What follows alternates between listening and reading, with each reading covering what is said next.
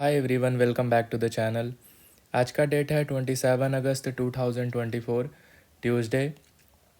आज के दिन मैंने निफ्टी में कॉल साइड का ट्रेड लिया था। सिंगल लॉट का 3 ट्रेड था। पहला 2 ट्रेड में मेरा लॉस हो गया था।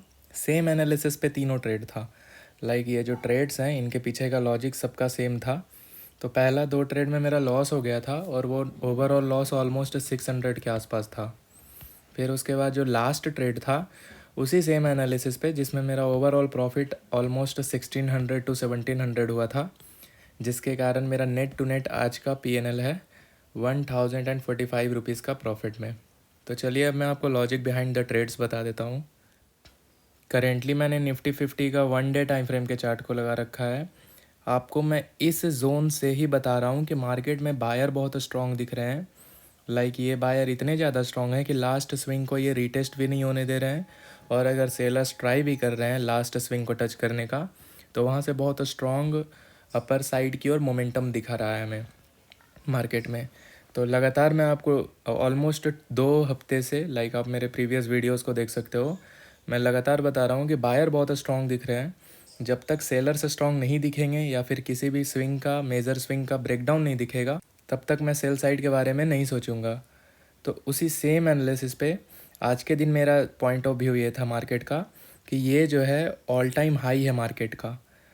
ऑल टाइम हाई हमारा ये रेंज था जिसको मैंने लाइन से मार्क कर रखा है। मेरा एनालिसिस आज का ये था, मेरा एक्सपेक्टेशन ये था मार्केट में आज का कि आज के दिन इसका ऑलमोस्ट ब्रेकआउट या फिर एटलीस्ट ये लेवल को मार्केट रीटेस्ट करे, ऑलमोस्ट ये लेवल को एटलीस्ट आज के दिन टच करे। तो इसी सेम एनालिसिस पे मैंने ये तीनों ट्रेड बनाया था, जिसमें पहला 2 ट्रेड में मेरा लॉस हुआ था।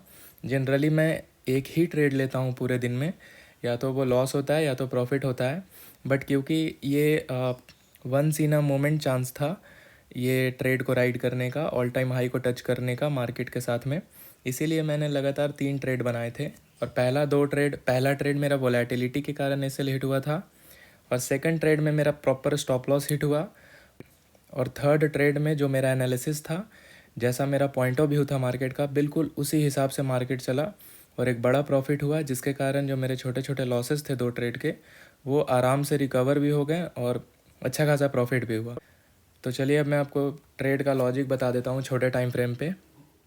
करेंटली मैंने निफ्टी 50 का 5 मिनट टाइम फ्रेम चार्ट को लगा रखा है। कल के दिन हमारा मार्केट यहाँ पे खुला था। खुलते ही हमें एक स्ट्रॉन्ग बाइंग रैली देखने को मिला।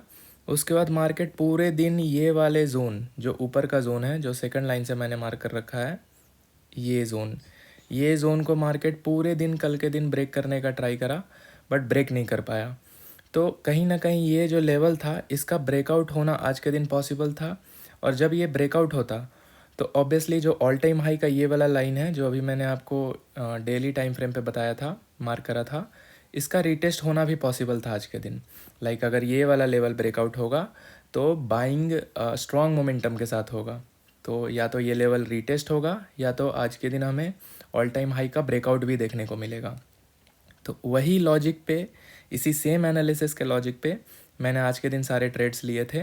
और हम एक चीज़ और देख रहे हैं मार्केट में कि जब भी मार्केट प्रीवियस स्विंग के पास आ रहा है तो उसको ब्रेक नहीं कर पा रहा है, या ब्रेक कर दे रहा है तो सेलिंग नहीं आ रहा है, या फिर जैसे ही वहाँ पे आ रहा है हमें एक बाइंग मोमेंटम दिख जा रहा है।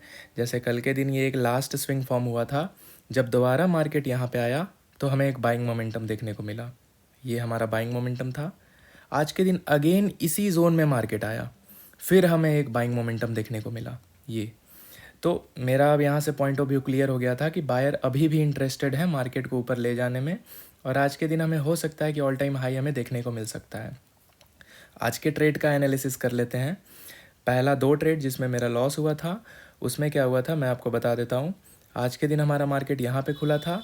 जब ये मार्केट सेल होके प्रीवियस स्विंग के पास गया, बाइंग मोमेंटम शो करा, तो मेरे लिए यहाँ से क्लियर था कि ये बाइंग मोमेंटम शो कर रहा है, मार्केट हल्का सा भी नीचे आएगा, अगर ग्रीन कैंडल बनेगा तो उसके बाद मैं ट्रेड ले लूँगा।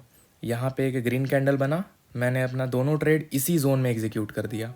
एक ट्रेड जब लिया यहाँ पे फर्स्ट ग्रीन कैंडल पे, तो ये सेकंड वाला जो ये रेड कैंडल है, ये जो रेड कैंडल है, इसके कारण मैंने अपना वो ट्रेड एग्जिट कर दिया।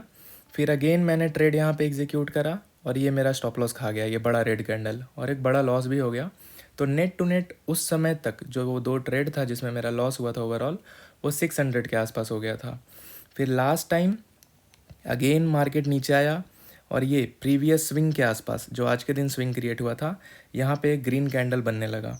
तो इसी ग्रीन कैंडल के कंप्लीट होने पे मैंने ट्रेड एग्जीक्यूट कर दिया था। वही सेम लॉजिक जो 2 वीक से मैं बता रहा हूँ कि जब भी लास्ट स्विंग के पास टच कर रहा है मार्केट, तो हमें बाइंग मोमेंटम देखने को मिल रहा है। उसी सेम लॉजिक पर मैंने अपना ट्रेड आज के दिन भी एग्जीक्यूट करा, और जो मेरा एक्सपेक्टेशन था कि मार्केट ऑल टाइम हाई को एटलीस्ट रीटेस्ट करेगा, ऑलमोस्ट वही हुआ। यहाँ से हमें एक बाइंग वन साइडेड रैली देखने को मिला, और जैसे ही मार्केट ऑल टाइम हाई के पास इस जोन के पास आया, मैंने अपना ट्रेड को एग्जिट कर दिया। वेट मैं आपको प्रीमियम का चार्ट दिखा देता हूँ ताकि आपको क्लियर पॉइंट ऑफ व्यू पता चले। करेंटली मैंने निफ्टी 50 का 24,850 का कॉल का प्रीमियम ले रखा है, जिसमें मैंने ट्रेड को एग्जीक्यूट करा था। जैसा कि मैंने आपको बताया कि ये जोन के आसपास मैंने 2 ट्रेड लिया था। आप देख सकते हो दोनों में मेरा स्टॉप लॉस, ये सेकंड वाले में प्रॉपर स्टॉप लॉस हिट हुआ, और दूसरा वाला ट्रेड मैं यहीं पे एग्जिट कर दिया था।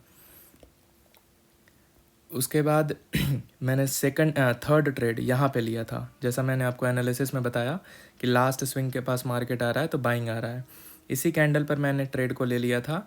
और फिर यहाँ पर जब market almost all time high के पास आया, तो मैंने यहाँ पर अपना ट्रेड को एग्जिट कर दिया था। आई होप आपको लॉजिक बिहाइंड द ट्रेड समझ में आया होगा। Thank you.